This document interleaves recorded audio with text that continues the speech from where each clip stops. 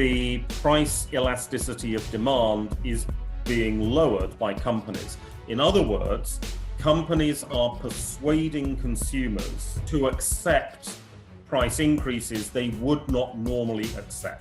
What you are doing here is coming up with an excuse, saying we don't want to raise prices, but there are supply chain problems, or the war in Ukraine has caused disruption, agricultural prices are rising. Doesn't matter what it is. You use the excuse. 네, 3프로TV가 사랑하는 시청자들을 위해서 기획하고 시작했지만 이제는 시청자들이 오히려 더 사랑하고 저희들은 뭐 그다지 여러분을 사랑하지 않는 뭔가 관계가 주객이 전도된 대표적인 코너인 글로벌 머니톡. 저희는 뭐 열심히 합니다만 여러분들이 얼마나 잘 성원해 주시고 좋아요를 눌러 주시느냐에 따라서 저희는 할 수도 있고 이제 안 할 수도 있다 라는 이야기를 드릴 만큼 상당히 도도해지고 있는, 그러나 뭐 매우 유익하고 훌륭하기 때문에 시청자 여러분들은 뭐라고 할 수도 없는 약간 야릇한 긴장 관계가 흐르고 있는 글로벌 머니톡입니다. 자, 이 글로벌 머니톡을 처음부터 시작하시고 창업하시고 또 키워가시고 지금도 빼면 글로벌 머니톡이 사라지는 글로벌 머니톡의 심장, 하트 강남규 선임 기자님을 소개합니다. 어서 오십시오. 땡큐. 네. 우리 내 고용주에게도 좀 말 좀 그렇게 좀 해줘요. 야, 중앙일보는 정말 아니 이 강남규 기자님의 이런 훌륭함을 모르는 게 정말 전 다행이라고 생각합니다. 그러니까 너무나도 이제 맨파워가 좋은 조직이다라고 생각을 하기 때문에 네. 저 같은 이제 우리 전문 용어로 아주 전문 용어 있지 않습니까? 흑사리 껍데기. 글로벌 머니톡의 대들보이자 중앙일보의 흑사리 껍데기. 예. 네, 강남규 선임 기자님과 함께하고 있습니다. 안녕하세요. 네. 강남규입니다. 오늘의 주제는 인플레이션이라고 들었는데요. 지금 현재 진행되고 있는 인플레이션, 너의 정체가 뭐냐? 인플레이션. 너의 정체가 뭐냐? Who are you? 그러니까 1970년대에 발생한 인플레이션과 그 다음에 이제 뭐 그 이전에 1800년대 뭐 인플레이션은 동일하게 물가가 전반적으로 상승한, 꾸준히 상승하는 현상이라고 그렇죠. 우리가 경제학 교과서에서 열심히 그렇죠. 지속적으로 물가가 오르는 현상. 그렇죠. 그러나 그때마다 원인과 파장이 좀 다르거든요. 이번 다름을 물가 좀. 상승은 도대체 원인이 뭐고? 예. 사실 원인이 뭔지 알아요. 언제 끝날지도 알죠. 그렇죠. 그래서 그 단순히 돈이 많이 풀렸다 이런 음. 차원의 설명을 하는 이코노미스트보다는 조금 더 구체적으로 설명하는 이코노미스트를 초대했습니다. 최근에 스티키한 인플레이션을 그쵸. 현미경으로 들여다보는 사실 지금 먼저 이제 소개를 해드리겠습니다. 폴 도노본 UBS 스위스계 투자은행 UBS 글로벌 에셋 매니지먼트의 수석 이코노미스트 그리고 리서치 파트의 대표입니다. 예.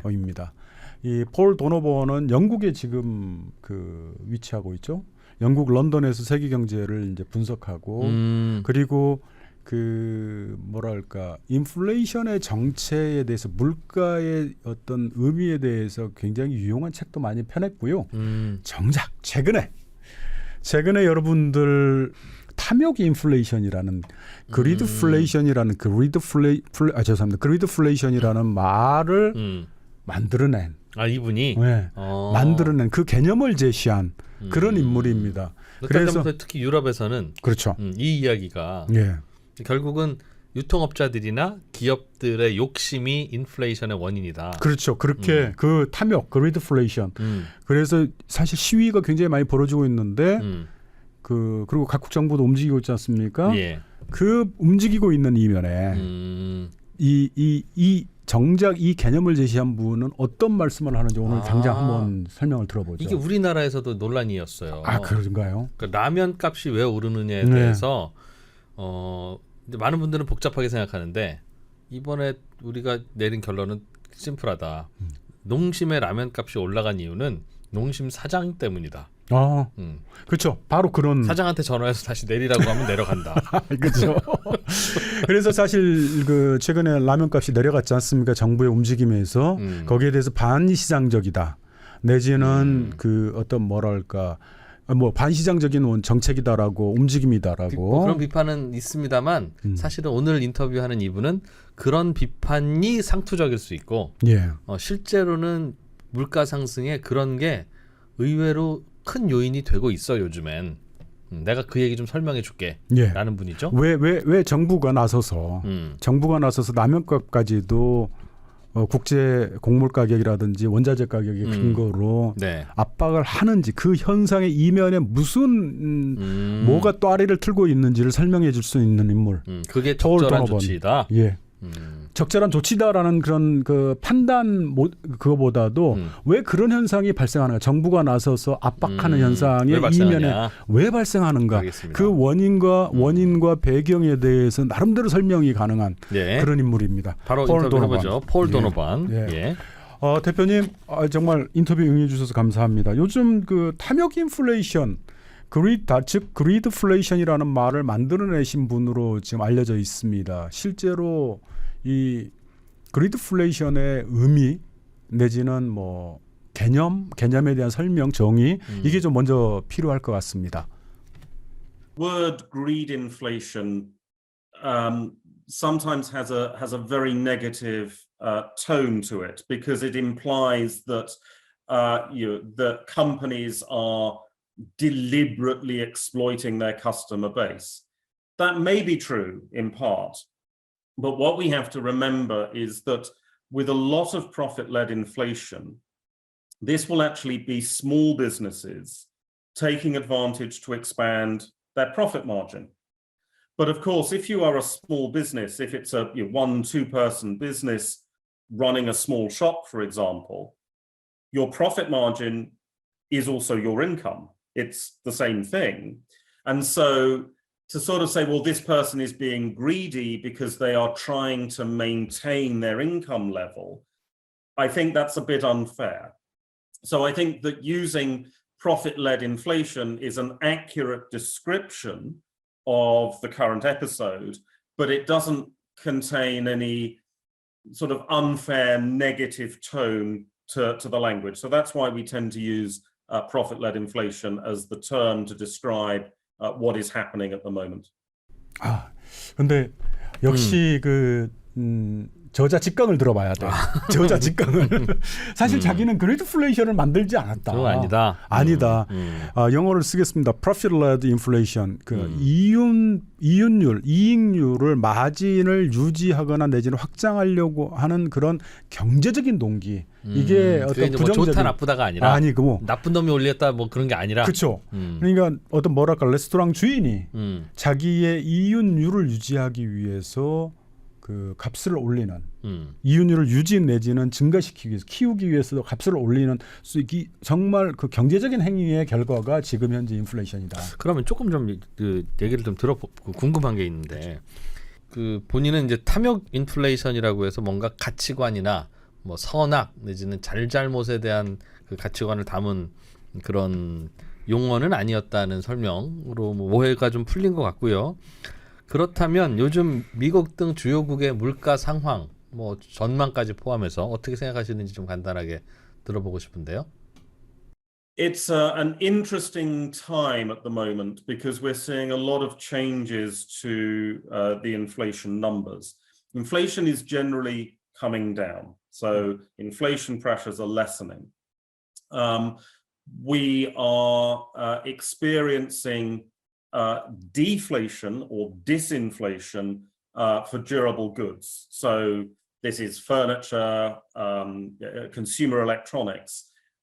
Their prices have been weakening actually for some time. Energy price inflation has faded. Obviously, the war in Ukraine created a shock that has now faded away, largely because we saw people adapting in the face of the energy shock to reduce demand.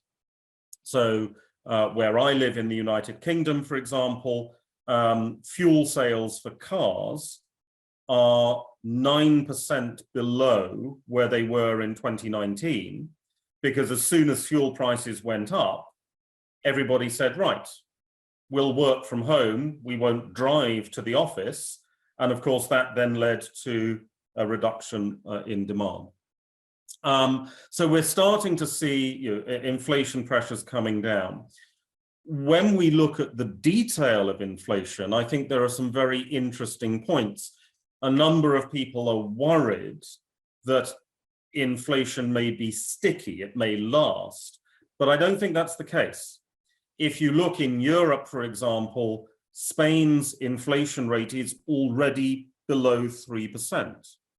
In the United States, in April, inflation in New York, inflation in Los Angeles was below 4%, and their inflation rates have roughly halved in the last 6 months. So I don't think we're actually seeing prices stick necessarily. What New York, what Spain are showing is that you can get a fairly rapid decline in inflation rates coming through. 지금 뭐 그 이부 니데목은 다른 이코노미스트들하고 별 네. 시각적인 차이는 없습니다. 지금 뭐 원자재 가격, 원유가 이런 것들이 다 내려가고 있고, 그래서 디스인플레이션, 그러니까 물가 상승률이 낮아지고 있는 그런 단계다. 네. 대표님, 전통적인 설명 그렇습니다. 그러니까 물가가 올라가고 임금이 올라가고 다시 물가가 올라가는 임금과 물가의 악순환으로 이제 많은 사람을 설명을 합니다. 그 시각에서 본다면 미국의 노동시장은 굉장히 타이트하거든요. 일자리가 굉장히 많이 창출되고 있고 실업률은 그 페드의 긴축에도 불구하고 실업률은 굉장히 역대급으로 낮습니다. 이런 상황을 어떻게 설명을 할 수 있을까요, 대표님? If I can quote from the British author Charles Dickens, it's the best of times, it's the worst of times. If you look at the headline inflation rate, that is too high to achieve a 2% inflation target. If you look at the real inflation adjusted wage rate, that is too low to achieve a 2% inflation target. So what has happened is inflation has been growing faster than wages for the last 2 years, both in the US and in Europe. That is telling us that the labor market is not producing very strong pay bargaining power. Because if you think about it, the most basic thing you want to do in a pay negotiation is maintain your living standard. And your living standard is falling because inflation is rising faster than your wages. When we look at the relationship between wages and inflation, do wage increases drive inflation? It is also very important to recognize that it isn't wages, it is wage costs that drive inflation. And that is a very important distinction, because if I employ fewer people, but I pay them more money, my wage bill may not be going up very much. And that has been happening in a number of sectors. For example, the restaurant sector, you've had quite large pay increases, but actually the number of people working in that sector is lower than it was before the pandemic. So you're paying fewer people, so your total labor cost is not going up very much. And with automation, with technological change, people are also more productive. They are effectively working harder. And so as a result, you are selling more, but employing fewer people. So therefore, what we call the unit labor cost, how much does it cost to produce one good or one service, is actually not rising nearly as much as the wage growth. So I would argue that wages are certainly not the main driver of inflation today. And that's a view that is very much endorsed, I think, by research from the Federal Reserve recently, for example. Pay bargaining, I think, is still very weak. And it creates an interesting situation because we have very low unemployment, again, both in Europe and the UK and the US, but it's hard to describe this as a tight labor market when people are not able to get pay increases above the rate of inflation. 뭐 흥미로운 설명. 저도 이제 그 데이터를 보면은 최근 2년 동안 미국의 임금 상승률과 물가 상승률을 견져 보면은 임금 상승률이 그렇게 이렇게 물가 상승률보다 높지 않습니다. 그런 측면에서 본다라면은 흔히 1970년대 후반 80년대 초에 어떤 그 이 스티키한 임금 그것 때문에 발생하는 인플레이션은 지금 설명하기에는 그걸 그대로 갖다다가 지금을 설명하기에는 조금 그 사실과 다르다. 그러니까 임금이 오르니까 물가가 오르고 물가가 오르니까 다시 임금 상승 요구가 있고 그런 이른바 고용주 입장에서 보면 악순환. 네. 그걸 스파이럴이 그런 스파이럴 가지고 임금과 물가의 스파이럴 악순환 가지고 지금 현재 물가 현상을 설명하려고 하는 것은 아니다, 맞지 않다라고 조금 전에 설명해서 보면 또 임금이 좀 오른 건 사실인데 10명 일하던 레스토랑에서 8명만 일해요. 그렇죠. 그래서 고용주 입장에서는 조금 월급 더 줘도 되고 뭐 그런 상황인 것 같습니다. 그렇죠. 총 비용 측면에서 본다면 임금으로 나가는 총 비용이 그 인력이 줄어드는 것만큼 뭐 과거 10사람한테 1,000만 원을 나눠줬다라면은 지금은 뭐 8사람에게 임금을 더해서 근데 그렇다면 노는 사람들과 실업이 늘어나고 실업률이 올라가고 그래야 되는데 경제활동 포기 고용 지표도 실업률이 계속 낮은 그러니까 거 보면 우리가 말하는 실업률 자체가 불안전성을 가지고 있지 않습니까? 일자리를 강력하게 원하지 않으니까 그분들은 뺀다는 거죠. 빼버리면 빠져버리는 거죠. 팬데믹 이후에 그러니까 일을 해야겠다고 생각하는 사람 모수 자체가 줄었다는 뜻이네요. 그쵸. 팬데믹 전후로. 계속 인터뷰를 이어가 보죠. 제가 질문 하나만 좀 드리고 싶은데요. 앞서서 최근에 인플레이션의 그 원인, 그럼 인플레이션의 뭐 어떤 형태의 인플레이션인가를 설명하시면서 수익 주도형 인플레이션을 설명하셨는데, 즉 그 생산자 공급자가 이익에 매우 민감해지고 있기 때문에 나타나는 가격 인상이다라는 설명을 해주셨는데, 글쎄요, 이게 저는 이익에 민감하지 않은 공급자가 과연 있었나 하는 생각도 좀 들고, 이게 왜 이렇게 변화했는지에 대해서도 좀 궁금하고요. 그리고 임금이라고 하는 비용이 또 가격에 미치는 영향이라는 게 또 어떤 것일까 또 새삼 궁금하기도 하고, 하여간 좀 설명을 해주시면 좋겠습니다. Wage-driven inflation is essentially about costs. So for most businesses, wage costs are about 70% of the overall cost base. Profit-led inflation is a lot more unusual than wage inflation, and it is something which does not take place in the entire economy. Profit-led inflation takes place at the end of supply chains, so it's in areas like retail, restaurants, or where there is a strong consumer brand, so food or clothing, for example. And what is happening with profit-led inflation, in technical economic jargon, the price elasticity of demand is being lowered by companies. In other words, companies are persuading consumers to accept price increases they would not normally accept. So what you are doing here is coming up with an excuse, saying, we don't want to raise prices, but there are supply chain problems, or the war in Ukraine has caused disruption, agricultural prices are rising. Doesn't matter what it is. You use the excuse, and because there's been a lot of media stories about the war or about supply chain problems, consumers accept that excuse. But what actually is happening is the company passes on a legitimate cost increase, but then also increases their profit margin. Now, the drivers here are very different, and the policy response also has to be different. If you have a wage cost push to inflation, then you need to try and moderate wage growth, create spare capacity in the labor market to bring wage costs lower. If you have this profit-led inflation story, there are two ways really of reversing that. The first is demand in the economy slows down, because any company at any time will find it difficult to raise prices if demand is getting weaker.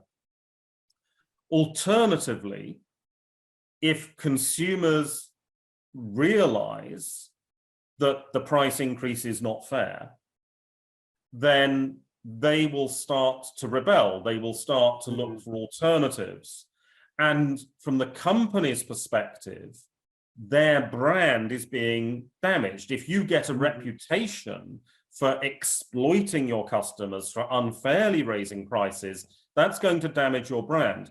And so then corporates will be weighing up the short-term profit increase against the long-term damage to their brand, and they're likely to change strategy. Related to that, of course, consumers may be part of the rebellion against price increases. Politicians also can play a role. And that is what we're seeing at the moment in the last couple of weeks in the UK, in France, in Spain.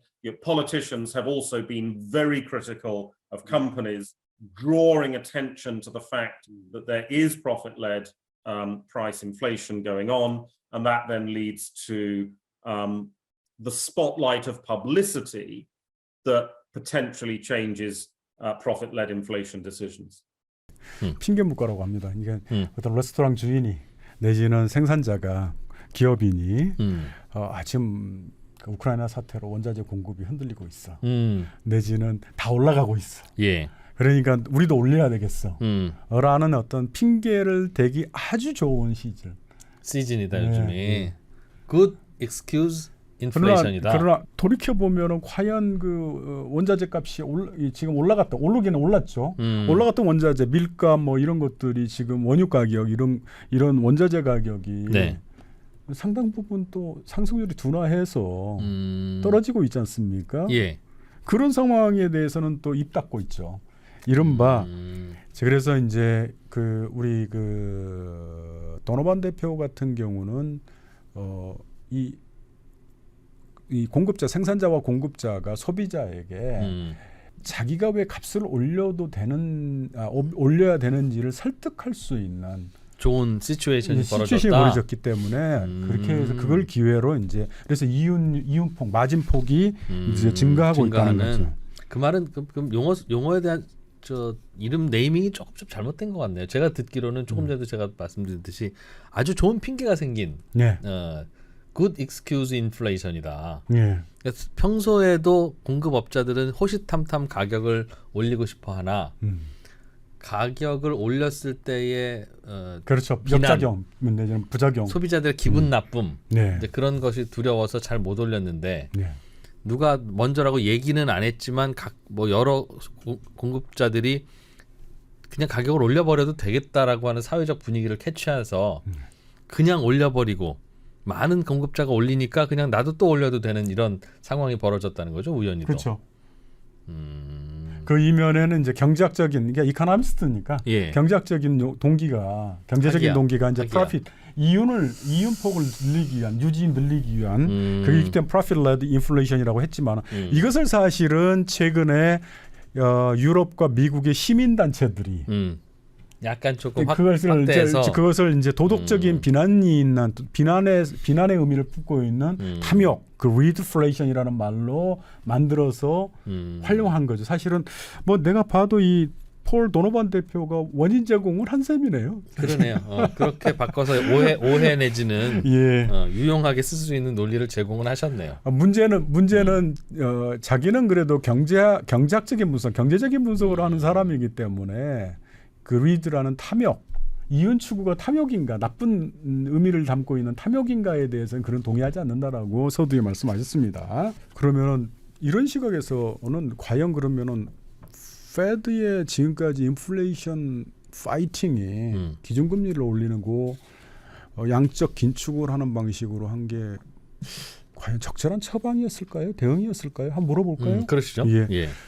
대표님, 사실 페드의 지금 뭐 아시다시피 엄청난 그 단기에 이렇게 1980년대 중반 이후 이렇게 단기에 기준금리를 급등시킨 사례는 드뭅니다. 어떻습니까? 페드가 지금까지 해온 인플레이션 파이팅, 지금 현재 이렇게 이번에 물가는 다르다, 인플레이션은 다르다라고 설명을 하셨는데 이런 기준에서 본다라면은 지금까지 페드가 벌여온 인플레이션 파이팅에 대해서는 어떻게 평가를 하실까요? I would not say they've done a great job. Interest rates needed to go up. That was clear. The pandemic was an emergency. We had an emergency monetary policy. Once the pandemic is over, we don't need emergency monetary policy. So obviously, you needed to raise rates. What I would criticize is the way in which interest rates were raised. One of the things that has happened in recent years is that economic data has become less reliable. There's a lot more errors in the data. And there's all sorts of reasons why this has been the case, but that has been particularly true after the pandemic. But what we saw with the Powell Fed, for example, is sort of this relentless hike, never stopping, just hiking all the time, not allowing for the data to be revised. And I think that that has led to a far higher risk scenario for the economy. So, for example, in June of 2022, I think the Fed made quite a serious policy mistake that they tore up forward guidance. In the past, they'd always signaled to the markets, this is what we intend to do. And then they did it. But in June of 2022, they'd signaled they were going to raise rates by 1/4 point, and they raised by 1/2. And Powell came out and said it was because of inflation expectations. Inflation expectations in the University of Michigan survey were too high. Within days, the University of Michigan then revised down the inflation expectations number. I mean, it was, if he'd just waited, it would have changed the situation.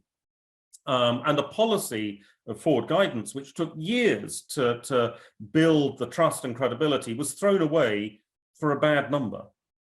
So I think that has been part of the problem.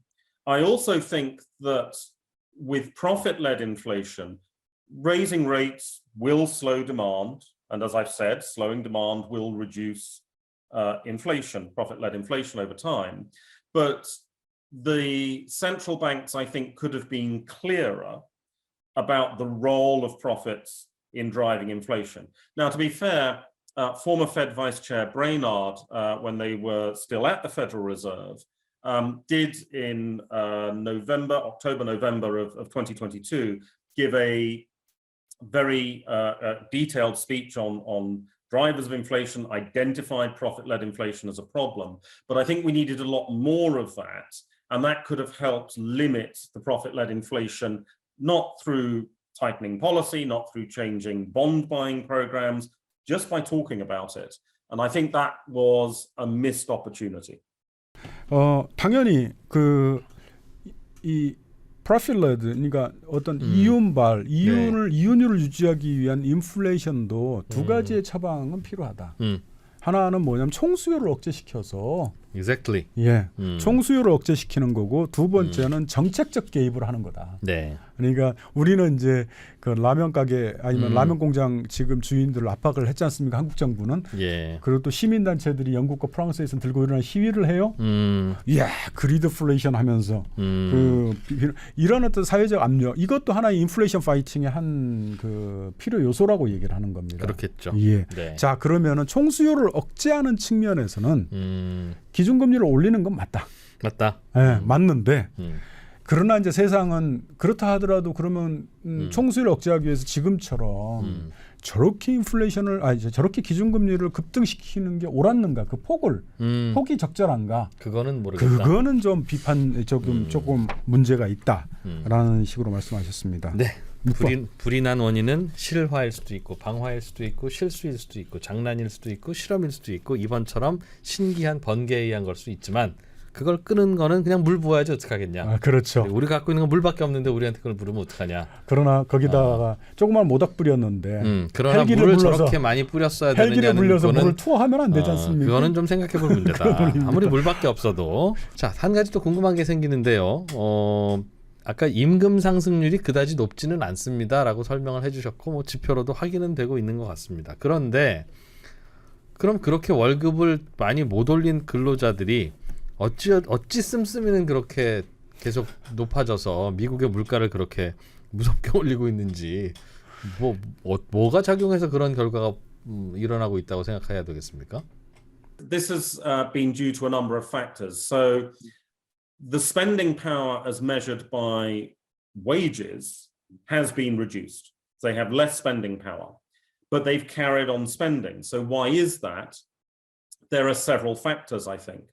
One of which is that not everybody has wages as an income.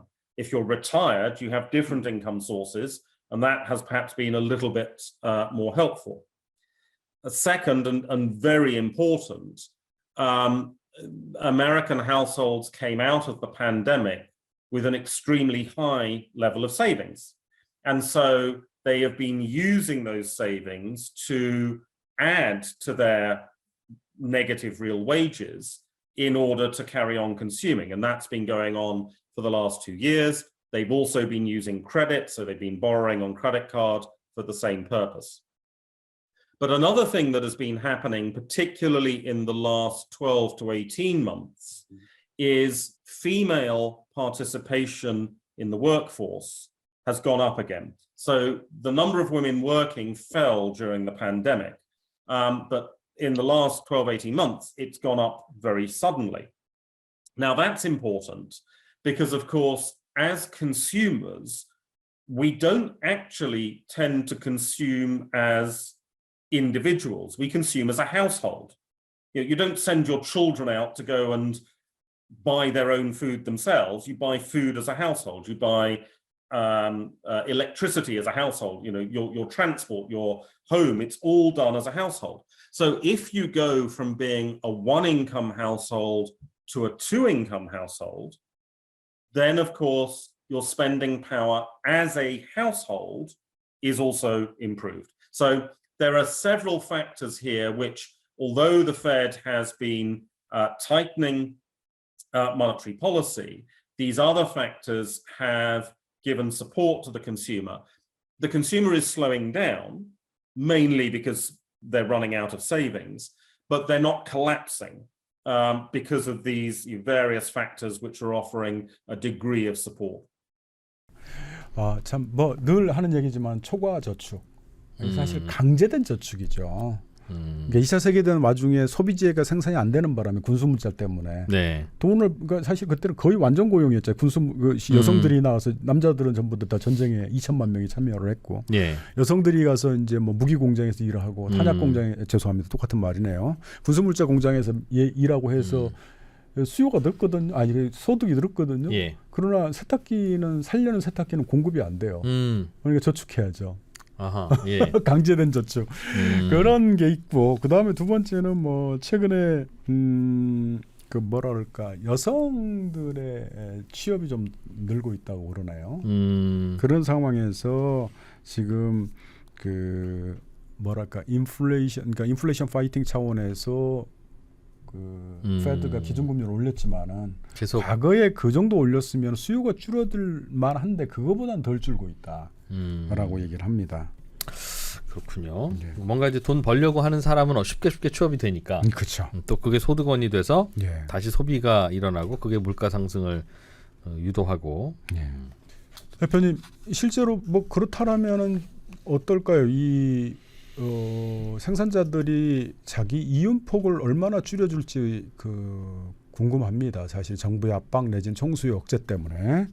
그렇다라면은 스태그플레이션 위험성은 어떻다고 생각하십니까? 사실 뭐 지금 현재 많은 적잖은 이코노미스트들이 스태그플레이션을 여전히 우려하고 걱정하고 있기는 합니다.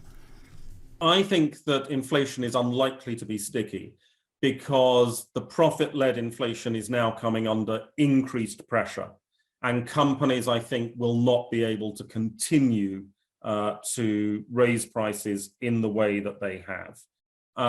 So I believe that with a slowing of demand, so demand is not likely to turn significantly negative, but with a slowdown in demand combined with resistance to profit-led inflation and hostility to companies that are expanding margin, that I think will lower the inflation rate overall. So in France, for example, Finance Minister Le Maire announced on Friday food prices would be cut, otherwise they would look at taxing food companies.